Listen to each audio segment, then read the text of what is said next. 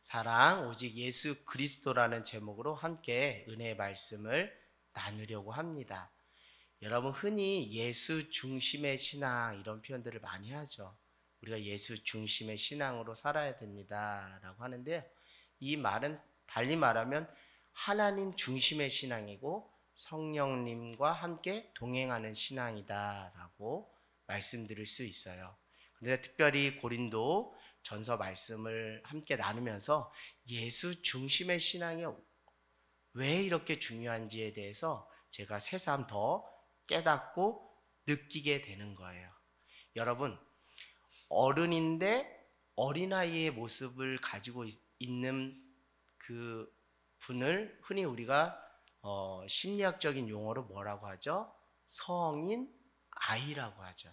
근데 이 성인 아이의 모습이 이 고린도 교회에 있는 거예요. 뭐 단순히 심리적인 부분만이 아니라 정서적인 부분과 또 신앙적인 부분에서 성인 아이의 모습이 있는 거예요. 근데 더 심각하고 놀라운 것은 자신들이 스스로 어린아이 같이 미성숙하다라는 것을 자각하지 못하고 스스로 성인이고 스스로 신령하고 스스로 신앙이 좋은 것으로 착각하는 그런 상황 가운데 있는 와중에 고린도 교회를 향해서 사도 바울이 이렇게 이야기를 하는 거예요.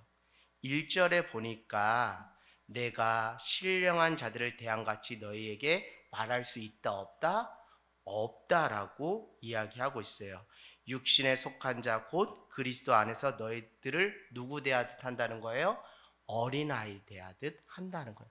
근데 정작 고린도 교회 이 지체들, 형제들은 스스로 내가 어린아이라는 것을 모르고 내 스스로 영적인 지식들을 많이 소유하고 있다.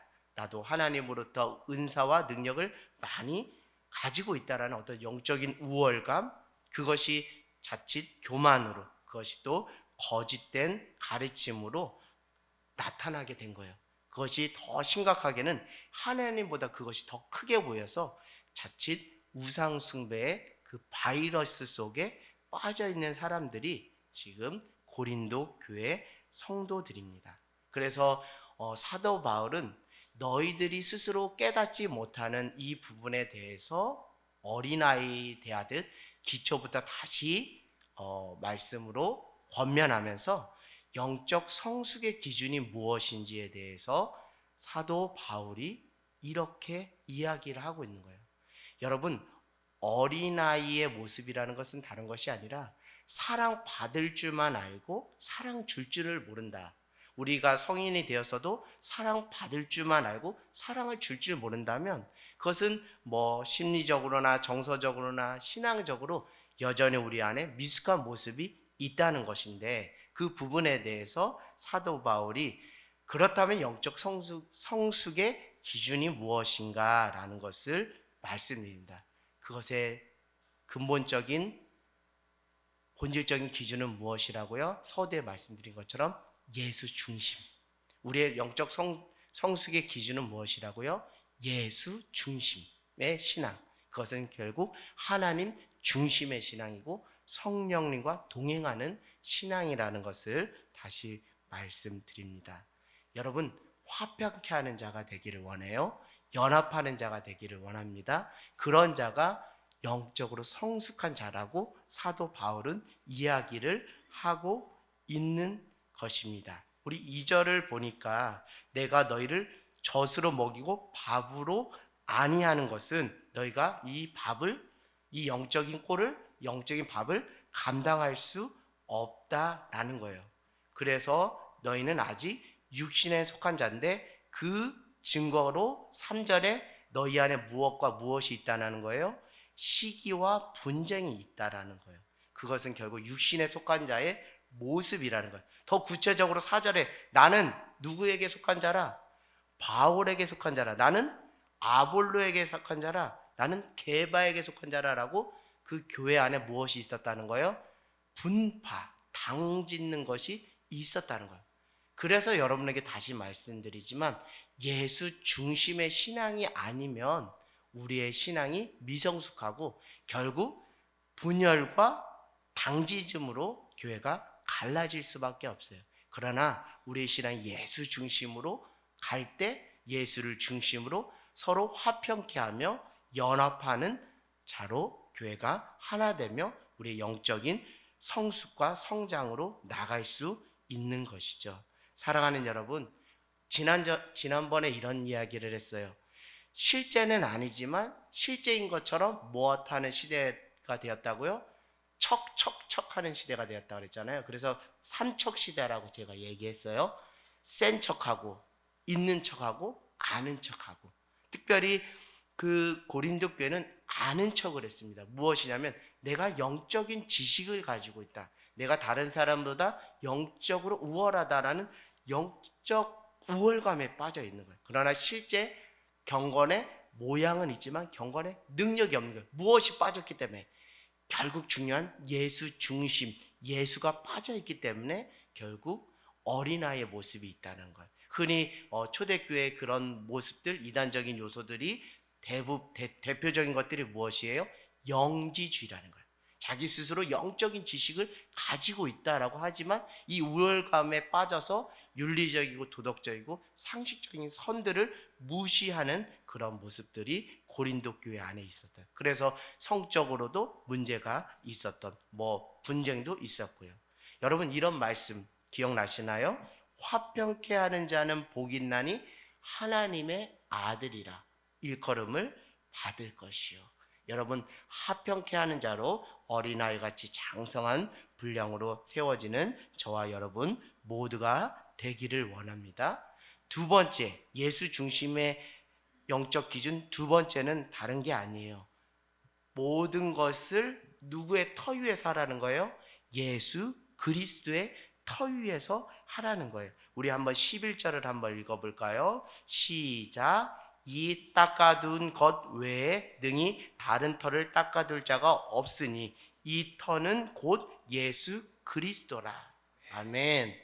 사도 바울이 고린도 교회를 보니까 예수 그리스도의 터 위에서 하나 되고 화평케 한 자로 살아가야 되는데 나는 바울의 터, 나는 아볼로의 터, 나는 게바의 터 하면서 이렇게 예수 중심의 터가 아닌 개별적인 사람이 중심이 되는 터를 닦고 있으니까 이것이 육신에 속한 자요 어린아이의 모습으로 살아가게 되는 거예요. 사랑하는 여러분, 우리의 인생의 터를 반드시 예수 그리스도의 터 위에 세우기를 원합니다.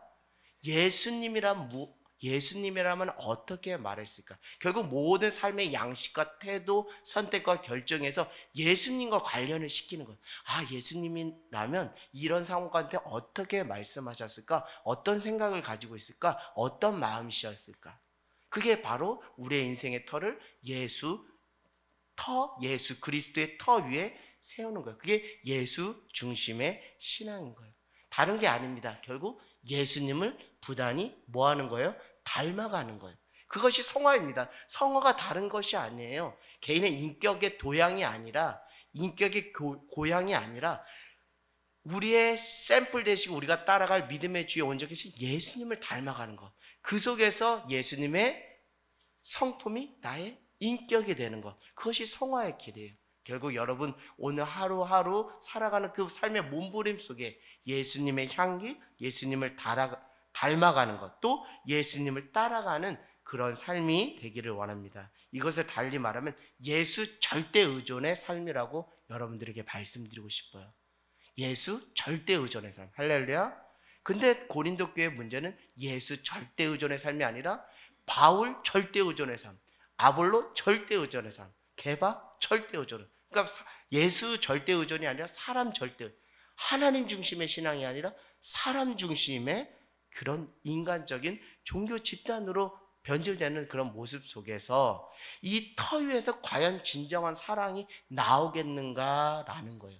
기분에 따라, 생각에 따라, 감정에 따라 치우치는 사랑, 일시적이고 육체적이고 육감적이고 필링에 의존하는 사랑, 그것은 결국 영원할 수 없고 그 사랑은 사람을 변화시킬 수 없다라는 것을 사도 바울이 이야기하는 거예요. 여러분 진정한 사랑은 누구의 터 위에서 하는 거예요? 예수의 터 위에서 하는 거예요. 예수님처럼 하는 거예요. 예수님을 닮아가면서 하는 거예요. 예수님을 따라가면서 하는 거예요. 예수님을 절대 의존하면서 하는 거예요. 무엇을 하든지 다 누구에게 하듯 하는 거예요? 주께 하듯 하는 거예요. 예수님께 하듯 하는 거예요. 결국 무엇입니까? 썩어 없어질 것이 아니라 영원한 그것을 붙잡고 살아가는 것. 그것이 중요하다는 거예요. 여러분, 성숙을 위해서는 반드시 테스트, 시험의 과정이 있어야 됩니다. 그것이 있어야 믿음이 단단해지고 다져지는 그런 믿음의 성숙과 완성도가 높아지는 거예요. 자, 그것을 언제 어디에서 말하고 있냐면 14절을 한번 읽어보겠습니다. 14절이요. 시작. 만일 누구든지 그 위에는 누구죠? 예수 그리스도 위에 세운 공적이 그대로 있으면 무엇을 받는다고요? 상을 받고 15절 누구든지 그 공적이 불타면 해를 받으리니 그러나 자신은 구원을 받되 불가운데서 받을 것 같으니라. 결국 무엇이에요? 우리의 행위, 우리의 모든 선택과 행동의 양식이 예수 그리스도의 터 위에서 할 때 그것이 마지막 믿음의 테스트, 믿음의 시험을 통과하여 하나님 앞에 상급을 받는다는 거예요. 결국 무엇입니까? 예수 그리스도를 향한 믿음이 무엇이냐면 결국 예수 그리스도를 향한 그 믿음, 예수 그리스도를 믿는 믿음, 그것이 무엇이냐면 우리의 인생을 예수 그리스도의 터 위에 올려놓고 하나씩 하나씩 조각조각 맞춰보고 생각해보고 선택하고 결정하는 거예요. 자녀를 양육할 때도 예수님이라면 어떻게 했을까? 성도들 간의 그 갈등 속에서 중재자의 역할로 내가 들어가야 된다면 내가 단순히 사람들의 비유를 맞추고 이 사람의 비유 맞췄다 저 사람의 비유를 맞추는 것이 아니라 과연 이 상황이라면 예수님은 어떻게 하셨을까? 가정의 아비로서, 가정의 어미로서, 또 자녀로서, 또 학생으로서, 성도로서, 또 학생을 가르치는 또 교사로서, 또 직장인으로서 내가 어떻게 해야 될까? 한번 고민하는 그 모든 터를 예수 그리스도의 터 위에서 믿음 가운데 행할 때 그 공적이 타지 않고 하나님 앞에 기억되고 칭찬받는다는 것을 여러분 잊지 않기를 원합니다. 한 대형교회 목사님이 자기가 이런 말씀을 하셨어요. 설교 중에 이런 말씀을 하셨어요. 어떤 성도가 자기에게 이런 고백을 했다는 거예요. 다른 것이 아니라 하루는 이렇게 도심을 달리면서 운전을 했다라는 거예요. 근데 집 앞에 와서야 자기가 자동차에 라이트를 켜지 않고 운전했다는 것을 알게 되었다는 거예요. 그것은 왜 알지 못했냐면 도심은 항상 무엇이 잘 돼 있어요? 가로등이 잘 돼 있으니까 자기가 차를 라이트를 켜지 않고도 자기가 킨지 모르고 그렇게 운전했다는 거예요. 그러면서 그 이야기를 통해서 그 목사님이 이런 이야기를 하는 거예요. 교회가 커지고 제가 유명해지니까 사람들이 저에게 박수치고 환호하는데 정작 성도들의 신앙은 더욱 빈약해지는 것을 보게 되어 내가 하나님 앞에 죄송스럽고 송구스럽다라고 표현한 거예요. 그건 무엇이냐면 교회의 성도들이 예수 중심의 신앙, 하나님 중심의 신앙, 성령님과 동행하는 신앙이 아니라 그 교회의 몇몇 사람들, 특별히 대표성을 가지는 목사님의 그 신앙을 흠모하면서 목사님의 팬이 되다 보니까 결국 예수님을 닮아가는 데 관심이 없고 어떻게 하면 목사님의 기분을 좋게 할까라며 신앙의 그 성숙도와 신앙의 그 깊이에 관심을 갖고 예수 닮는 거에 관심을 갖지 않고 몸부림치지 않는다는 거예요. 결국 목사님의 영성에 묻어가게 되는 그 성도들의 모습을 보면서 마치 도심권에서 자기가 라이트를 켜지 않고도 운전하는데 무방한 것처럼 성도들이 자꾸 그렇게 되어져 가는 모습을 보면서 아, 내가 목회를 잘못하고 있었다라는 것을 스스로 반성하게 됐다는 거예요. 그것은 무엇 중심이 아닐 때 이런 문제와 병폐가 생긴다고요? 예수 중심이 아닐 때. 그 문제가 지금 고린도 교회에 있는 거예요. 예수 중심이 아니니까 바울파니, 게바파니, 아볼로파니 하는 거예요. 결국 사람이 중심이 되면 개개인의 영성은 빈약해질 수밖에 없어요. 결국 개인의 영성으로, 개인의 믿음으로 하나님 앞에 구원을 받는 것이지, 누구 유명한 목사님 밑에서 신앙생활하고 어떤 큰 교회, 영향력 있는 교회에서 사람이 중심되는 그 교회에서 신앙생활했다고 해서 그 믿음이 인정받는 것이 아니에요. 마지막 때 하나님 앞에 섰을 때 그 공적은 다 불에 타고 말게 된다는 거예요. 결국 정말 진정한 믿음을 소유한 각 개인으로 쓰려면 시골길을 걸어갈 때도 자기가 자기 자동차에 무엇을 켜야 된다고요? 라이트를 켜야 되는 것처럼 자기 스스로의 믿음을 사용하고 자기 스스로의 믿음을 테스트해보고 증명해보고 믿음의 실력을 키워나가는 그 개개인의 몸부림이 필요하다라는 거예요. 근데 사도 바울이 봤을 때 고린도 교회는 그런 것이 없었다는 거예요. 결국 사랑하는 여러분, 하늘 땅 교회가 건강한 교회로, 화려한 꽃이 아니라 건강한 열매로 맺어지기를 원한다면, 우리 고린도 교회의 그 모습을 반면교사 삼는다면 철저하게 예수 중심의 신앙으로, 예수 절대 의존의 신앙으로 한 분 한 분이 세워져 나갈 때 하늘 땅 교회가 하나님이 기뻐하시는 교회로 건실하게 세워질 줄 믿습니다. 예수님 중심으로 살아가는 저와 여러분 모두가 되기를 원해요. 자, 16절 17절을 보니까 여러분들이 많이 읽어서 아는 말씀 구절일 텐데요. 16절 한번 읽어보겠습니다. 시작. 너희는 너희가 하나님의 성전인 것과 하나님의 성령이 너희 안에 계신 것을 알지 못하느냐. 17절이요. 누구든지 하나님의 성전을 더럽히면 하나님이 그 사람을 멸시하리니 하나님의 성전은 거룩하니 너희도 그러하니라. 아멘. 영적 성숙의 기준, 결국 예수 중심의 신앙의 기준은 다른 데 있지 않고 성령님의 임재를 따라, 그분이 주시는 감동을 따라 순간순간 순종하며 나가는 거예요. 결국 이런 표현으로 여러분들에게 더 친숙하게 말씀드릴 수 있을 것 같아요. 성령께서 강하게 떠밀어 주셔서, 성령께서 감동 주셔서, 하나님이 마음을 부어 주셔서 내 마음을 주장해서 내가 나누게 되었어요. 내가 베풀게 되었어요. 내가 형제에게 화해의 악수를 내밀게 되었어요. 라는 그런 신앙의 역동하고 생동하는 그 신앙의 그 모습들이 필요하다는 거예요. 그 스스로 그 상황 속에서 스스로의 모난 부분을 꺾고 또 자기를 부인하고 십자가 앞에서 낫을 쳐서 나는 죽고 또 예수로 살아가는 그 모든 것은 내 안에 계신 누구를 통해서 가능하다는 거예요. 성령으로 말미암아 가능하다라는 것이죠. 결국 성령님이 이끄시는 교회, 성령님의 임재 안에 거하는 신앙인의 삶을 통해서 어린아이의 모습을 버리고 장성한 분량의 그 어른의 모습으로 우리가 나갈 수 있다라는 거예요. 오늘도 여러분 안에 계시는 성령님께서 어떻게 역사하시고 어떻게 말씀하셨는지요. 성령님이 주시는 순간순간의 그 감동을 따라, 그 마음을 따라 순종하는 저와 여러분 모두가 되기를 원합니다. 결국 성령 안에서 거듭난 자, 회심한 자의 두 가지 특징이 있다고 해요. 그것은 다른 게 아니라 날마다 나 자신을 살피고 돌아보고 깨우치고 뉘우치는 자기 부인의 회개하는 삶이 있다라는 거예요. 그리고 또 그때그때마다 성령님께서 주시는 그 감동과 마음을 따라 무엇하는 것? 순종하는 것. 그것이 성령 안에 회심한 자들의 구체적인 증거라고 이야기하고 있어요.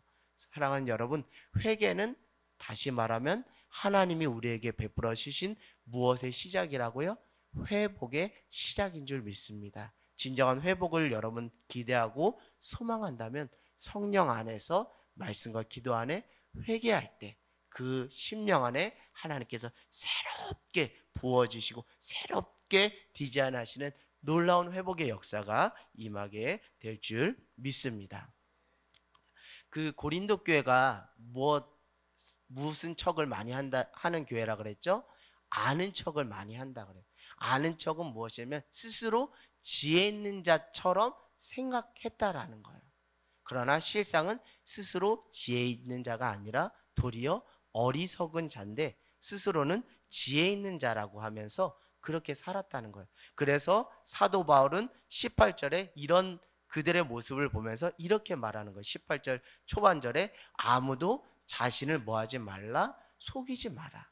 여러분, 하나님 앞에서 우리 연기하지 맙시다. 있는 모습 그대로 하나님은 우리를 바라보고 또 우리의 겉모습이 아닌 중심을 다 아세요. 사람한테는 연기할 수 있지만 하나님을 우리가 속일 수 없어요. 그러나 하나님을 속일 수도 없으면서도 특별히 자기 스스로 지혜 있는 것처럼, 특별히 영적으로 어떤 특별한 지식을 가지고 있는 것처럼 그렇게 생각하고 그렇게 살았어요. 그러다 보니까 스스로 지혜 있는 자라고 생각했는데요. 18절을 한번 읽어볼게요. 시작. 아무도 자신을 속이지 말라. 너희 중에 누구든지 이 세상에서 지혜 있는 줄로 생각하거든 어리석은 자가 되라. 그리하여야 지혜로운 자가 되리라. 아멘. 이게 역설의 진리라고 하잖아요. 지혜 있는 자가 되려면 스스로 뭐한 자라 여기라고요? 어리석은 자다. 주님, 나는 모릅니다. 나는 갈 바를 알지 못합니다. 주님, 나의 목자 되신 주님, 나의 길을 인도하여 주시옵소서라고 그렇게 기도하는 것이 중요하다라는 것이에요. 결국 겸손한 자가 하나님 앞에서 무엇이라고요? 영적으로 성숙한 자라는 거예요. 스스로 높고자 하는 자는 스스로 어떻게 해야 된다고요? 낮아져야 하고, 대접받고자 하는 자는 먼저 남을 대접해야 된다는 이 역설의 진리가 무엇으로 취해져야 된다고요? 믿음으로 취해져서 우리 삶의 실제가 되어야 돼요. 그게 예수 닮아가는 거예요.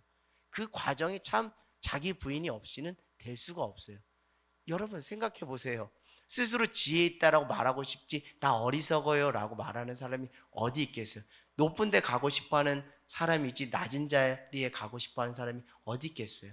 대접받고자 하는 자가 있겠지 대접 먼저 하고 싶은 자가 어디 있겠어요? 그러나 이 역설의 진리를 여러분들이 믿음으로 취할 때 이것이 정말 믿음으로 와 닿고 하나님의 말씀이라고 믿음으로 취하고 순종해 나아갈 때 그 속에서 정말 예수님을 닮아가는 그 인격적인 성수, 어린아이의 모습이 아닌 장성한 분량의 어른의 모습으로 살아갈 수 있게 되는 거예요. 사랑하는 여러분, 스스로 지혜 있는 자처럼 여기지 마시고 겸손함으로 그 지혜의 근본이신 하나님께 우리의 인생의 모든 문제들을 소소한 대소사 모든 문제들을 다 그분의 지혜와 그 명철을 따라 기도하고 구하는 저와 여러분 모두가 되기를 주님의 이름으로 간절히 소망합니다. 그래서 이렇게 말하는 거예요.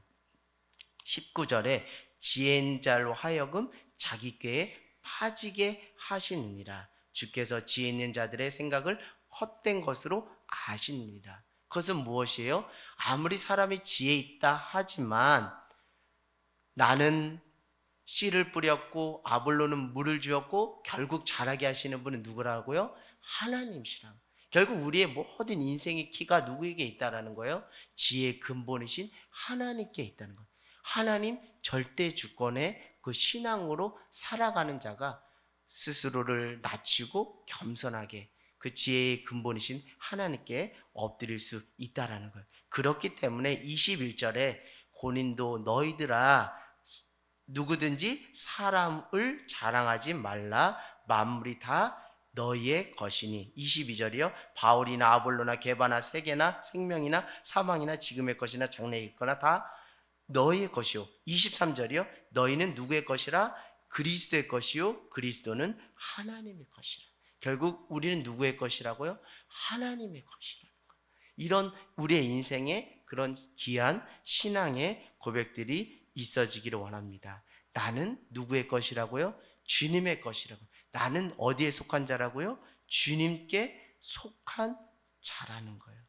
여러분 오늘 제가 사랑 오직 예수 그리스도께 이렇게 말씀을 정한 것은 우리가 사랑합시다 이제부터 우리 사랑하기로 결단합시다 하면 사랑이 시작되던가요? 되지가 않아요. 작심삼일이에요. 내가 저 사람 사랑해야지, 저 사람 품어야지라고 내가 의지를 들이고 내 감정을 보지만 3일도 되지 않아서 미움과 시기와 질투가 생기는 것이 우리의 인간의 한계예요. 결국 무엇이냐면 그 사랑의 기초 베이스가 깔리지 않는 이상 사랑을 온전히 행하고 지켜나갈 수가 없다라는 거예요. 여러분, 한경직 목사님이 젊은 목회자들에게 한 말, 예전에 제가 소개한 것 같아요. 그분이 하신 말씀은 거창한 것을 말한 것이 아니에요. 젊은 목회자 여러분들, 예수님을 잘 믿으세요. 예수님을 잘 믿으세요. 결국 우리의 사랑의 모든 키는 누구를 믿는 믿음 안에서 풀어진다고요? 예수 그리스도를 믿는 온전한 믿음에서, 결국 예수 그리스도의 터 위에서 그 사랑이 영글영글 여물게 되어 있다라는 것입니다. 평생 노점에서 김밥 장사를 하셔서 고등학교, 대학교에 장학금을 기탁하신 한 권사님을 인터뷰한 내용이 있었어요. 그 인터뷰한 그 기자가 이렇게 꾸준히 이렇게 섬길 수 있고 장학금을 기탁할 수 있었던 비결이 무엇입니까? 라고 그 기자가 그 권사님께 물었다고 해요. 그랬더니 그 권사님이 이렇게 말했다는 거예요. 나는 일평생 예수님 잘 믿어야지 그거 하나 보고 그거 하나로 몸부림치며 살았더니 하나님이 저를 통해서 이런 일을 하게 하시더라고요 라고 고백했다는 거예요. 사랑하는 여러분, 예수님을 잘 믿으십시오. 할렐루야. 예수 그리스도의 터 위에 여러분의 인생을 올려놓으십시오. 예수님을 닮아가십시오. 예수 중심, 예수 절대 의존으로 살아가십시오.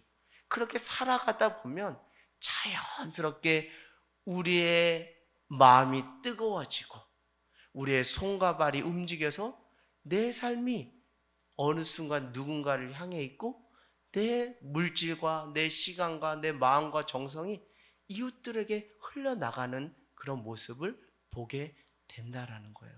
여러분, 정말 사랑하고 싶으세요?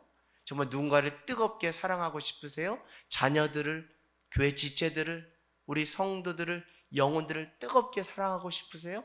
한경직 목사님의 권면으로 여러분에게 대신 권면합니다. 여러분, 예수님 잘 믿으세요. 다른 터 위에 인생의 터를 세우지 마시고 예수님 터 위에 인생을 세우세요. 다른 거 닮아가려고 하지 말고 다른 사람 쫓아가지 말고 예수님 닮아가도록 몸부림쳐 보세요. 그러다 보면 우리의 삶의 전체적인 결산의 때가 올 텐데 하나님이 우리에게 이렇게 칭찬하시리라 저는 확신합니다. 너 이 땅에서 참 많은 사랑을 베풀다 왔구나. 그래, 내가 너에게 더 많은 것으로 맡긴다. 신실한 나의 자녀 누구누구야 하고 우리 주님께서 우리의 삶을 안아주실 줄 믿습니다. 사랑하는 여러분, 사랑 그 시작은 누구로부터라고요? 오직 예수 그리스도부터라는 것을 절대 잊지 않기를 원합니다. 결국 여러분의 사랑이 지금 어디로부터 오는지를 점검하며 그것이 오직 예수 그리스도로부터 말미암은 사랑이 사람을, 세상을 바뀔 수 있는 놀라운 능력과 힘이 된다는 것을 절대 잊지 않기를 주님의 이름으로 간절히 소망합니다.